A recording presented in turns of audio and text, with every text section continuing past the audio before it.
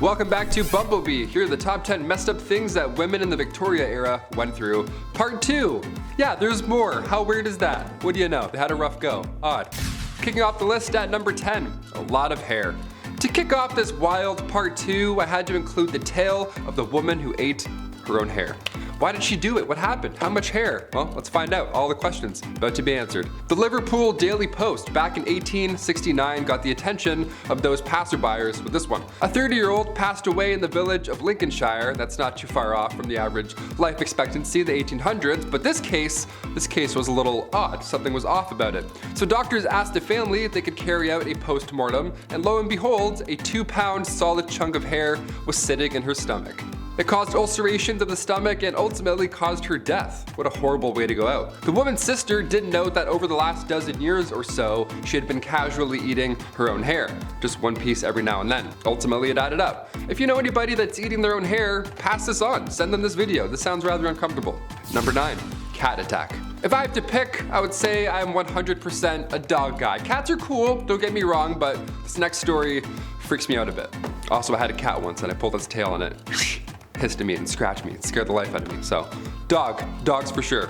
Back in 1870, a rich woman had put her time, energy, and resources into cat breeding. What a fun little hobby and lifestyle. She had tons of cats, she loved them all equally, and they loved her.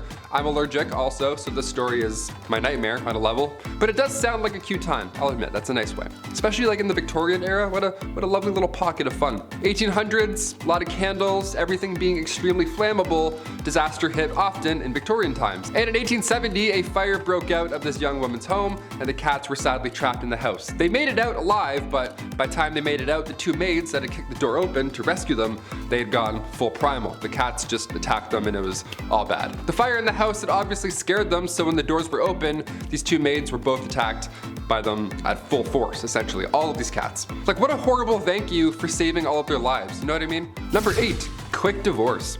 Let's just say the love thing isn't working out, okay? It happens, people change, but now what? Say it's the Victorian era, but divorce in England isn't allowed until 1857, and it's 1856. So now what are we gonna do? Well, considering what list we're on and which part it is, it's pretty wildly unfair. If you were the wife, you were getting sold in this scenario. How horrible is that? Wife sellers, they were a thing. That was a legitimate business. How horrible. Yeah, you were getting sold if you were the wife. How horrible is that? Wife sellers was a legitimate business. There were auctions. Public auctions would be done. You would watch people bid on marrying your wife. At like noon, middle of the day, people are walking by like, oh, do I have any change? Hang on. This is insane. One real sale that happened in 1862 was in Selby. The asking price was a beer. The asking price for this person's wife was 1 pint. Sold, just like that. That's crazy. Sold, drank, now I'm married. That's insane. Other times, most of the time, it was a rather expensive exchange. I feel like there are plenty of cases where this would honestly be the ideal scenario. Just get it done in one day, whatever. Peace. See you again. Bye. You're the worst. Number 7, the Great Famine.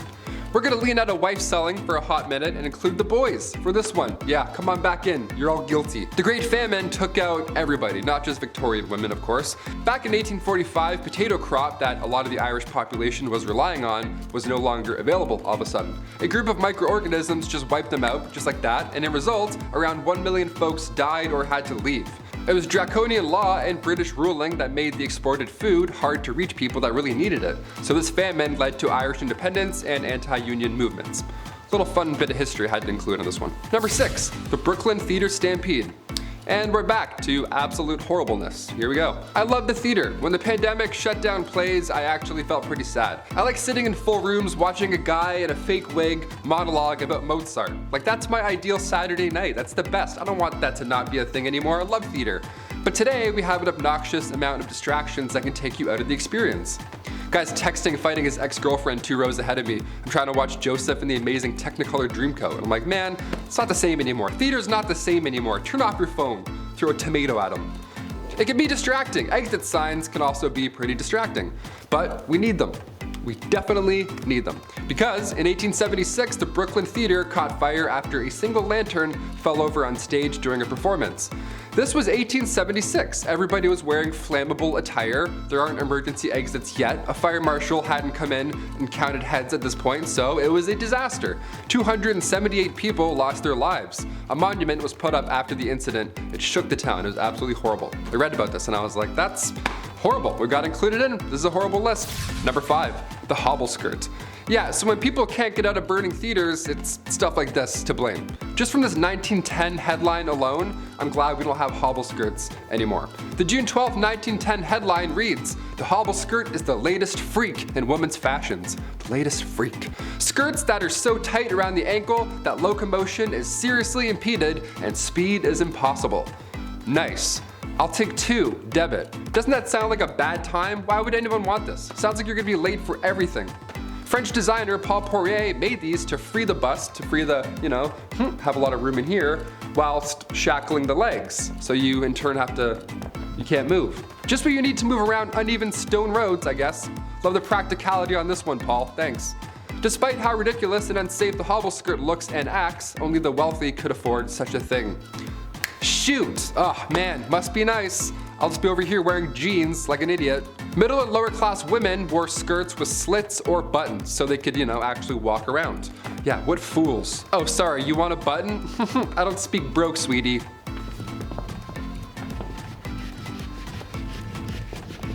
Number 4, lead-based.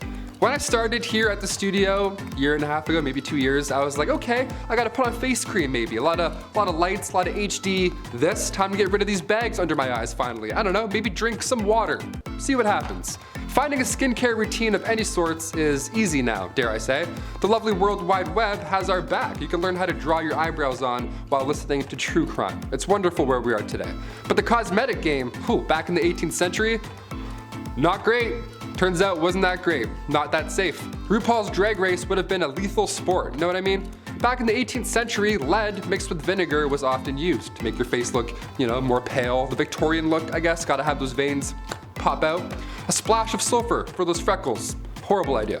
Queen Elizabeth I used cosmetics containing lead, mercury, and or arsenic, the same poison that took out George III and Napoleon Bonaparte, so not safe at all at any time, period.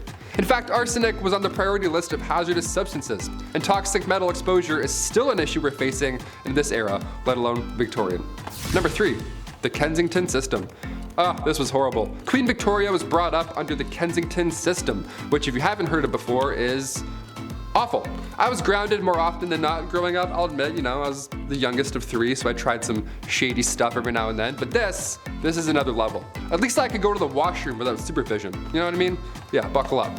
Victoria's mother, Duchess Victoria of Kent, she created this Kensington system to control her daughter. She literally isolated the child from friends, family members, anybody, everybody, you name it. Her mother would monitor her every action on top of this, including who she can see or speak to, if there were any of those people at some point. Victoria only had 2 playmates growing up her entire life. She had her half-sister, Princess Feodora of Lenigan, and then the Duchess attendant, Sir John Conroy, his daughter, Victoria. I mean, I had like 4 friends growing up, maybe 5 and a half, but this is just cruel. This is just unfair. Especially with a royalty too, you'd think you can have more things. No, less. She shared a room with her mother until she was a queen. That entire time, she literally couldn't walk down the hallway alone. Victoria has reflected on her childhood, and yeah, in case you're wondering, she hates John Conroy. She referred to him as a demon incarnate, so she's got the words. Number 2, arsenic dresses. If looks could kill, literally. You've heard of arsenic and old lace at some point, but what exactly are we talking about? Back in 1861, a poet by the name of Henry Wadsworth Longfellow, real name, his wife, Fanny, also real name, her dress caught on fire and her burns were so bad that of course she sadly didn't survive. But this was sadly common in Victorian days. Puffy dresses, open candles, as we heard earlier. These dresses back then, they were flammable as is, but some of them were made with literal poison. Some of them had arsenic made to have that like green look, like the real arsenic green look. It wasn't just in clothing either. Back in 1861, an artificial flower maker named Matilda Schurer used green arsenic-laced powder, and her fingernails had turned green, and green foam started coming out of her mouth, and it was just a horrible way to go out. Arsenic's not supposed to be inhaled, let alone worn. Although, yeah, it did look nice for a hot minute. Not worth it. And finally, number 1, Queen Victoria's threats.